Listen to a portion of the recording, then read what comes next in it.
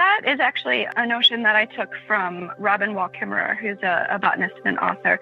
And her philosophy is that sustainability isn't enough. Reciprocity is what's needed. And we need to look at it as a reciprocal relationship where we have a responsibility to give back. And so it's just kind of, I feel like it's a subtle difference, but to me it was really powerful in that it's not just enough to maintain it. We have to rebuild. Welcome to the Woman Angler and Adventurer Podcast, inspiring real women with a passion for fishing in the outdoors to go get their adventure on. Now, here's your host, coming to you from the Lance Chuck Camper Mobile Podcast Studio, Master Captain Angie Scott. Hey everyone, this is Angie Scott. I've got the Lance Chuck Camper Mobile Podcast Studio here on the banks of Caddo Lake at Buzzards Bay Resort. I just happened to be camped next door to some great friends on tour, Alyssa Johnson, who's been on the show before, as well as Pam Ridgel and Angela Brumley. Look for an episode with Angela to come in the near future. Little windy out here today, so if you hear some background noise, that's probably what you're hearing, but should continue tomorrow. It's been making fishing interesting and challenging, but we'll see how it goes. So we're here for the second stop of the 2022 season on Caddo Lake, which is on the Texas-Louisiana border. This lake is an average of 4 feet deep and full of cypress trees and stumps. And I personally have never fished anything like this before in my life, so I'm still trying to learn it. In fact, I've never fished a lake that had boat lanes before, so that's a learning curve in and of itself. Learning how to boat this lake is one thing, and learning how to fish it is a whole nother thing, so we'll just see how it goes. Trying to get my confidence up in time for tournament day as best I can. In the meantime, right before we came from Guntersville, and that was my first experience there, I've got a 2-day tournament there next week with the local team Nashville Bassmasters Club. And man, I gotta tell you, it's hard to get the Landed Giants out of my head enough to focus on fishing Caddo. I cannot wait to get back. We were only out for like 4 hours and probably caught 25 fish and probably lost another 25. Those hook sets on Guntersville, it's a totally different thing. So that's something I definitely have to work on. But what an exciting few hours. One fish was caught well over 7 pounds. It's an insane fishery. So really excited to get back there. If you've never tried it, definitely go do it. So for our short Earth Day Revisited series, this week we're going way back to episode 47 of the Woman Angler and Adventurer podcast. It was just a baby at that point compared to now, episode 235. On episode 47, I featured Marcia Brownlee and Cara Romano from Artemis Sportswomen. In the show notes for the episode, I shared a quote from Ernest Hemingway. "The earth is a fine place and worth fighting for." So if you're a person that enjoys things like hunting, fishing, and other outdoors adventures, you no doubt agree. You've experienced the amazing beauty of a sunset on the lake in the summertime and the serene peace deep in the woods in the early morning fog as it begins to lift. As outdoors women, we're called to protect and improve the valuable resources that allow us to experience all the special moments that keep us doing what we love to do. So this was the perfect episode, I feel like, to share because we're in the middle of the Bass Tactics program as well with Artemis. And by the way, it's not too late to sign up. I'll put a link in the show notes for this episode, which you can find at thewomanangler.com/235. We just had our first webinar a couple weeks ago, and we covered an intro to bass fishing. If you sign up, you'll get access to that recording as well as a private website where you can access a plethora of additional resources. It's only $5 to sign up or $30 to sign up and get the Bass Tactics Toolkit, which includes a variety of great things to get you going or add to your current stash, including some hook bonnets and lures from Al's Goldfish, Cajun baits, Bass Forecast tackle warehouse vouchers, and much, much more to come. All right, let's revisit this great conversation with Marcia and Kara. Enjoy.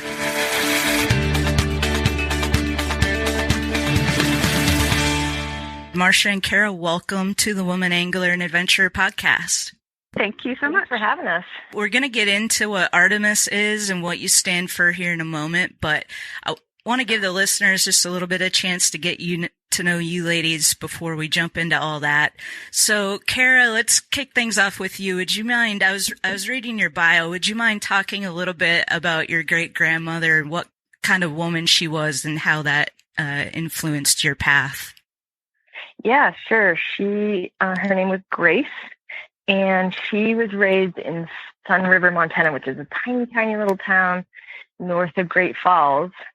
You know, where this tiny little town, walked to school every day and helped her parents, you know, with all the chores and stuff. And so outdoor kid growing up her whole life, and then moved to Northwest Wyoming outside of Powell. And that's always where I knew her. And we spent a lot of time visiting her on our way from Wyoming, where I grew up to my grandparents' house in Montana. And we'd spend a lot of time out in Montana, camping and fishing and hiking and all those kinds of things. And almost every single year she would come with us camping. And up until she was like 96, I think she came camping with us. So yeah, just really strong, bold woman, very wise. You know, she was widowed at a young age. I think my great-grandfather died right after I was born, so I never knew him.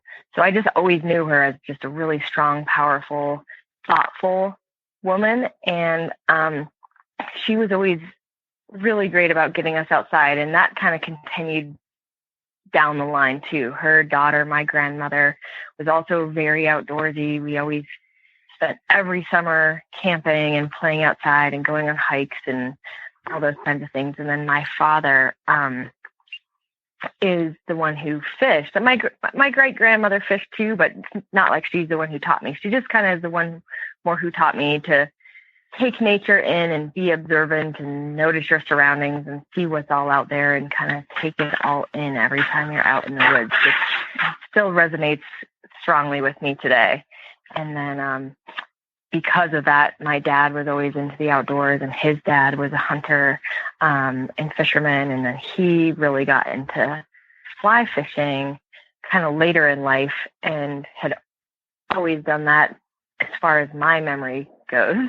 And so I was always jealous when he and my older brother would get to go fishing for the day. And I was too young for them to take along just because, you know, they'd have to piggyback me across rivers or whatever was the case. But then as I grew a little bit older, my dad was willing to take me fishing with him. Whenever we'd go camping in Montana, we'd go outside of Missoula on Rock Creek. And so my days as a youth in the summertime were really spent tromping around the waters on Rock Creek and learning how to fish and kind of bringing that whole observation of nature thing into play while fishing. And so I was about 8 or 10 years old, somewhere around there is when I really started getting into fly fishing and loved the sport and would go out with my dad and brother every single day on our camping trips and fished sometimes all day. Much to my mom and my sister's chagrin, we were gone and they would hang around camp and do whatever else. But if I wasn't fishing, I was always in the river, moving rocks around and making little dams and watching fish kind of come and chill out there and hang out and catching minnows and, you know, just always interested in kind of what's going on, especially when it comes to water and fishing and all that kind of stuff. Did your mom and sister get into fishing at all at any point? No, my mom tried it a little bit, but she never liked it. And same with my sister, just not their jam. They'd always rather go on hikes and do wildflower hunts and all kinds of stuff like that. So it's not like they weren't enjoying nature, just not the way we did. Gotcha. Well, I love that you had such a strong role model, a female role model in your great-grandmother and your grandmother. I love hearing stories about the older generations of women that just went after it because that was so rare back then, and starting to shift a little bit now. But I just find that so inspiring. So very cool. Yeah, it was fun to learn from such wise women. And Marcia, I was reading your bio, and it said that you didn't really you've always been really into the outdoors, but didn't really get into hunting and fishing until you were in your 30s. How did that come about? So I grew up in Michigan, and in my childhood, those summer camping trips on the lakes or in the woods were definitely a part. So I had a deep connection to nature that I kept with me for my whole life, and then took into my career as an educator, as an adult.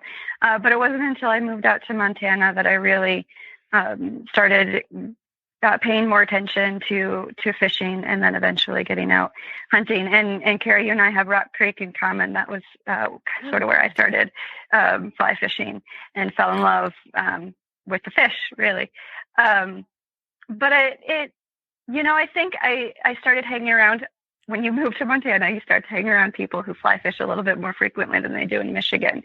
And so it started by just, accompanying them on those trips and watching, and then just asking questions and get really interested in what was happening, and then picking up a rod myself and trying it. And, fly fishing has a really steep learning curve, but when you have a taste of success, it's really intoxicating. And so just kind of fell in love with it and continued. And I think, again, with fly fishing, I've been fly fishing for about 9 years now, but it is a steep learning curve. And if you have a lifestyle that doesn't accommodate going out very frequently, that learning curve can take a few years. And so I always joke that I've been fishing for 9 years, but I've only been intentionally catching fish for the last 3.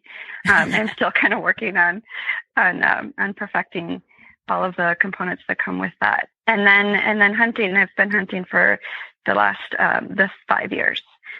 And just kind of a similar path, just interested in engaging more deeply in the ways that I was connecting with nature. What type of hunting do you do? So big game, rifle hunting mostly. I've hunted deer, antelope, bear, unsuccessfully hunted elk,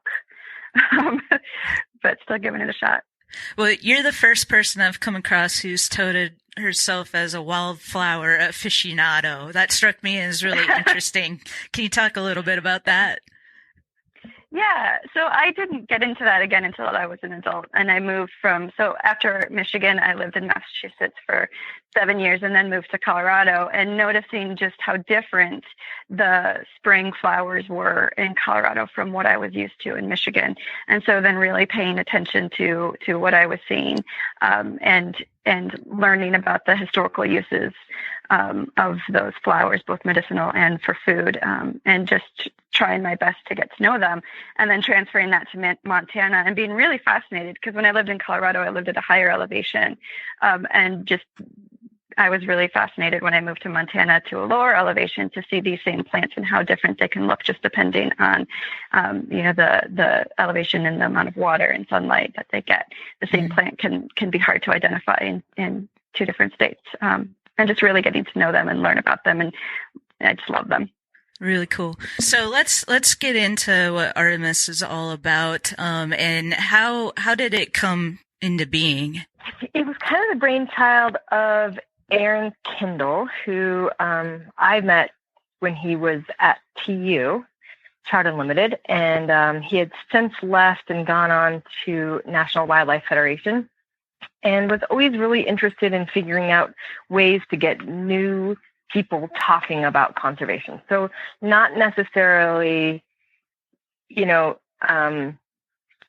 say that the conservation communication has been done incorrectly over the last, 100 years or whatever from the sportsman's perspective, but engaging new demographics into that. So like when I worked with him at TU, we were working on a program through the Sportsman's Project, conservation project with Trout Unlimited, to kind of get ranchers together and ag interests and oil and gas developers and recreational users, as well as sportsmen, talking about some issues that were relevant to all of us.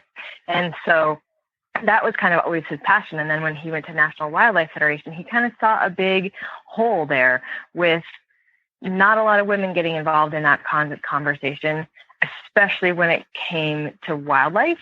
And so it's kind of funny to me that a man helped start Artemis, but it really kind of was his brainchild. And then he reached out to a lot of women that he knew, one being Jessie Johnson, who was one of the co-founders as well. And she works for the Wyoming Wildlife Federation. Myself, because we had worked on these other projects together, as well as I think 8 other women were the co-founders all over the Western United States who were really passionate about conservation, wildlife, and kind of how those two intermingled, as well as kind of changing the paradigm of how that conversation is framed and how women can kind of come into being leaders in that conservation space, as well as maybe framing that communication around that a little bit differently. And so January of 2017, we all got together and kind of put words down on paper in terms of kind of what our goals were and how it would come together and what we kind of wanted to accomplish with it. And a lot of that's still coming on board. As you've probably known, Marcia is a fairly new addition. She's our first full-time employee for Artemis. The rest of us are volunteer on numerous different levels, figuring out how we can expand that from the Intermountain West eventually to be national. We have ambassadors in quite a few states now, as well as an advisory council, of which I'm a part of, that, you know, is kind of continuing pushing these things forward and figuring out how we can kind of talk about our 3 main tenets of how Artemis was founded, which is protecting public lands and waters and speaking up for those when it makes sense. So we got pretty involved in the National Monuments debate last year in regards to protecting those public lands and waters. We also are prominent in terms of speaking about iconic species, especially in the Intermountain West. So we're mainly focusing on cutthroat trout and mule deer and flash sage grouse, because they live in this really, really similar areas and are very affected by each other's ranges and what's going on with those situations. So species that are indicative of overall ecosystem health, because obviously cutthroat trout need very cold, clean water to survive. So we step up to advocate for maintaining those kinds of ecosystems for their long-term health. And then the biggest tenet that we've really been pushing lately is empowering women to become leaders in the conservation space. Because if you look around, most conservation organizations are run by men. And not to say that they're doing a bad job at all, because they're doing great work, but women have a lot to say. And I think they have a little bit different story to tell in terms of what those lands and waters and wildlife mean to them. And so we want to give them the tools that they need to advocate. Body Armor Edge is sports hydration with the boost of caffeine. With 100 milligrams of caffeine and 1,000 milligrams of electrolytes, Body Armor Edge is the sports drink to keep you going through the last buzzer or finish line. And to keep that energy up, Edge is giving you the chance to win a year of Spotify Premium with every purchase of Body Armor Edge until August 31st. Get your Edge at your local Quick Trip. Official rules and entry details at www.bagetYourEdge.com. No purchase necessary. Valid in the United States and D.C. Must be 18 or older to enter. For those issues that matter most to them. And so that's kind of how, I guess, a little bit of the how and the why of what Artemis is. Do you find that like women just tend to be maybe a little bit more intimidated, and maybe that's why by the political climate, and maybe that's why they're not as apt to jump in and get involved? And do you feel like their voices are heard and taken as seriously as men's voices are? I'll jump in and take that one. I do think they are taken as seriously, and I don't know so much if it's an issue of intimidation rather than an issue of not being invited to the table. A lot of the communications that happen around conservation are geared towards the sporting community, which typically predominantly is sportsmen. And so when we broaden the conversation to not only include women, but to say specifically, we're asking you to come to the table and to speak up about these issues that are important to you. It's just, again, it's hard to imagine doing what you're not seeing modeled. And so we're just modeling it and inviting women into the conversation. And I think those voices are actually extremely powerful because it's different. It's a change of scene when you have a sportswoman walk into a community meeting and voice her opinion. It's something new and it's something different, and I think people are paying a little bit more attention to it. Yeah, that makes sense. I was listening to a podcast the other day. It's a podcast I reference quite a bit on this show, actually, by these two brothers down in Florida called Salt Strong. So completely different arena. Like, they focus on saltwater fishing. There's a lot of issues going on in Florida right now in terms of conservation. Mm-hmm. And they mentioned that it's interesting that our industry, the outdoors industry, hunting, fishing, all of that, we don't have like just one big organization. Like, you look at the NRA that has tens of millions of members, and they have, they can make a huge impact in getting accomplished what they want to get accomplished. But it seems like our industry is so segmented. Like, you have the saltwater people, you have the fly fishing community, you have, all these different, the Ducks Unlimited, all these things. Are there any conversations about like everybody coming together and there being just one massive powerhouse group that fights for these issues? That's a complicated question. I do know in my work with the National Wildlife Federation that behind the scenes there's a lot of coalition work that happens. In particular, one of the major issues that Artemis is working on now is the Land and Water Conservation Fund, and there's a huge coalition of organizations that are collaborating to make sure that our work is in line and supportive of each organization. But again, that's behind the scenes. I don't know what that would look like if it were to move to the forefront and be just a one cohesive voice. But I think the coalition itself has a lot of power and the ability to speak to a lot of different groups that respond to very different messages and hopefully bring them to the table on the same issue. So I do think there's some strength in the diversity as long as the ability to work as a coalition remains strong. Mm-hmm. Yeah, that's a great point. It sounds like that might be the answer, just because of the nature of the industry, that a coalition, might have the biggest impact. So yeah, that makes sense. So Artemis has some pretty lofty goals. I was reading them on the website. Has there been any, I know it's fairly new, but have you seen progress thus far? Yeah. So, there was a ton of energy right from the get-go. I think this mission really spoke to people who were eager to get involved. And then, as Kara mentioned, I'm a recent addition to the team. I started in June and have been able to work fairly integrated with the public lands team. And, my sole mission is to help engage sportswomen in conservation advocacy.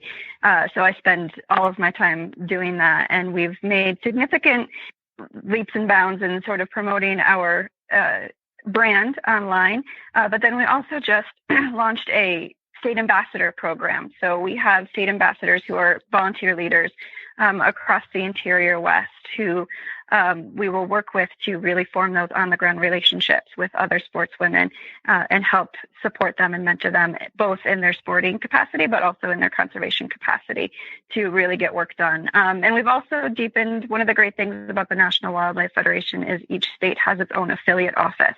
And Artemis is developing relationships with those affiliate offices to work on local issues. And so the last 6 months, a lot of the growth that we've had has been in relationship building and then program development for moving forward. So 2019 is going to be great. Well, you mentioned too in your bio, you said that sustainability isn't enough. Can you dig a little bit deeper into what you mean by that? Yeah, so that is actually a notion that I took from Robin Wall-Kimmerer, who's a botanist and an author. And her philosophy is that sustainability isn't enough. Reciprocity is what's needed. Sustainability is important. It's a reciprocity that's necessary, and that, the earth gives a lot to us. And we need to look at it as a reciprocal relationship where we have a responsibility to give back. And so it's just kind of, I feel like it's a subtle difference, but to me it was really powerful in that it's not just enough to to maintain it, we have to rebuild.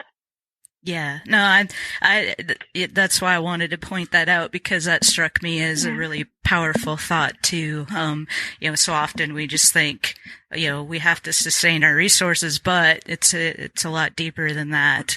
To really make an impact and make it better for future generations. So, and there's a lot of work to do. So, there is. Thank you guys for what you're doing. And, and if there's anything that we can do to help, please let us know. And how do people get involved, our listeners out there, if they want to get involved? What are some of the best things that they can do? Yeah, so the best thing to do is to join Artemis, and you can do that by going to our website. It's artemis.nwf.org, and joining is free. That just gets you on our list, so you get the monthly newsletter, and it gives us an idea of where our demographic hubs are. So when we are planning events and planning outreach, we know where to find you. It gives us information on what your specific conservation interests are. So if there's action that needs to happen in Southern Montana, we can reach out to you specifically and say, hey, this is happening. Here's what you can do to help. Let us know if you want to do more. And so that just gives us a lot of information to reach out and form a personal relationship. You can also follow us on social media. We have Facebook account, Instagram, and Twitter. It's Artemis Sportswomen. But I would encourage everybody to sign up, because that definitely gives us an opportunity to build a meaningful relationship with you and help you build the skills specific to your interests.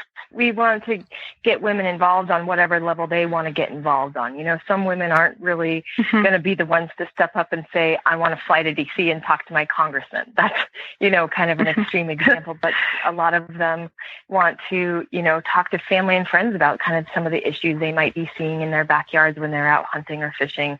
And that's great too. Maybe we can ask some of them to sign petitions at some point or write letters to the editor. There's lots of different levels and ways to engage. So, we want to make it very approachable for a wide variety of interests, time, investments, issues that they're passionate about. So don't be afraid and don't get run off by the what can be kind of a little bit daunting in terms of advocacy work. We'll help you get there. If you want to pursue that and grow what you can do, then that's what we're all about. We can kind of facilitate that and help you figure out how best to communicate the message that you're most passionate about and move those issues forward. Yeah, so if someone out there has never gotten involved in this space before and they're thinking about it, you guys actually kind of train them on how to talk to their representatives and that type of thing? Yeah, that's exactly right. We've held a handful of advocacy trainings. Let's see, quite a few states now, right, Marcia? Montana. We did a couple in Wyoming, one in Colorado, a couple in New Mexico, I believe. And so I think that will be something that's ongoing in terms of educating. And it doesn't have to just be women who show up, certainly. Anybody who's interested in wanting to get involved and talking to elected officials or whatever that might be, go to city meetings, go to county game commissioner meetings, those kinds of things, and speak up for the concerns that they're seeing. Because, we rely on these sportswomen. They're the ones out there seeing it. They're the ones out there in their backyard and noticing it changes from day to day, year to year, season to season, those kinds of things. So we need those people out there and talking about it and getting involved. And we're happy to help them figure out that best way for them to get involved and encourage them to do that however they're comfortable. One other thing that we are interested in doing is education on the issues, because it's incredibly complicated. Each issue that we deal with is incredibly complicated, and it's difficult to find information that kind of boils it down to the nuts and bolts. And so for women interested in getting into conservation, in addition to helping them with the advocacy skills, just really understanding the complexity of the issues and helping them begin there. Well, cool. Like I said, I think it's so cool what you guys are doing, and that you are inviting women to the table, like you said. And that's kind of what we're doing with this podcast is, showcasing women and that are out there hunting and fishing, and leaders in the space to just inspire more women to get involved in the sport, because, there's like we mentioned earlier, it's traditionally a male-dominated sport. And so when you see other women out there doing it, then that can encourage you to get involved as well. And so that definitely applies to the conservation space as well. So, totally support what you're doing. Before we wrap it up, we have a Woman Angler and Adventurer Facebook group, and I had mentioned yesterday that we were going to be having this conversation for a future podcast episode. And first of all, Jen Ripple chimed in this morning and said to give a shout out to Kara. She says you're the best. Awesome. I love Jen. She's great. Yeah, we interviewed Jen and Heather when they were on their Rip and Hoppers adventure. Oh yeah. They stopped in Nashville, was their first stop, and so I was able to meet with them at the Fly Shop and do an interview. And it was a blast. Oh, we had so much fun. A hoot, for sure. So is Heather, for that matter. They're both great, and so we're actually talking to them from an Artemis perspective on how we can kind of help them with their tour in 2019. So cool. Potentially look for some compilation there.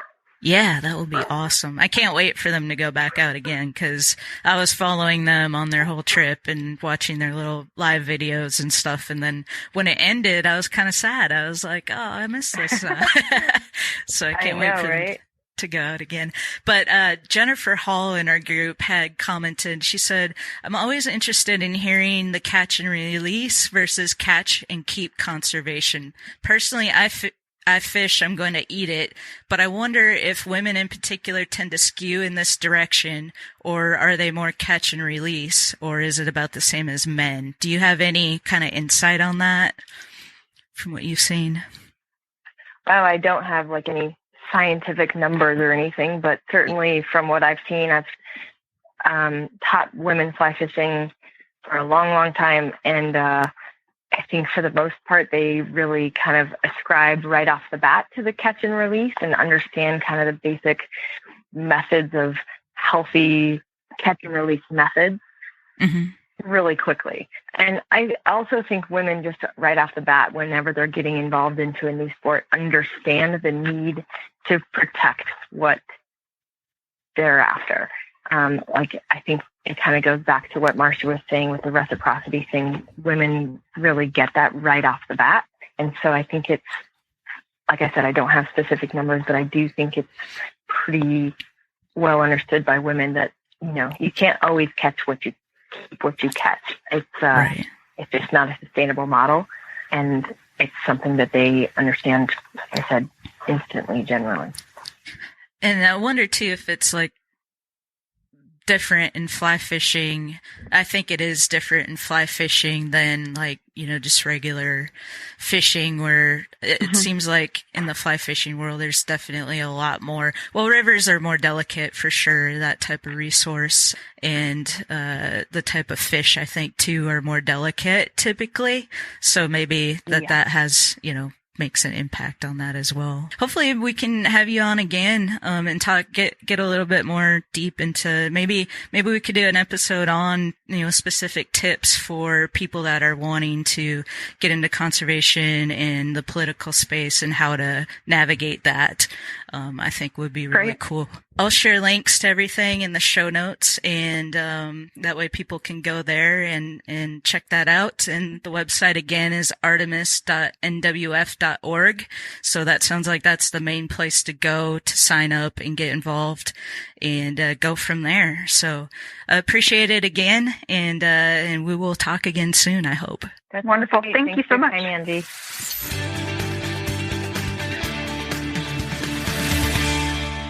All right. Thanks for taking the time to listen to this episode.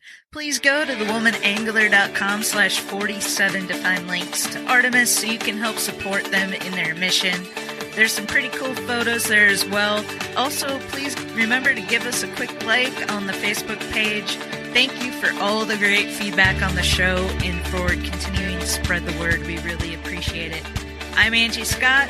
Until next time, remember, only go fishing on the days that end in Y.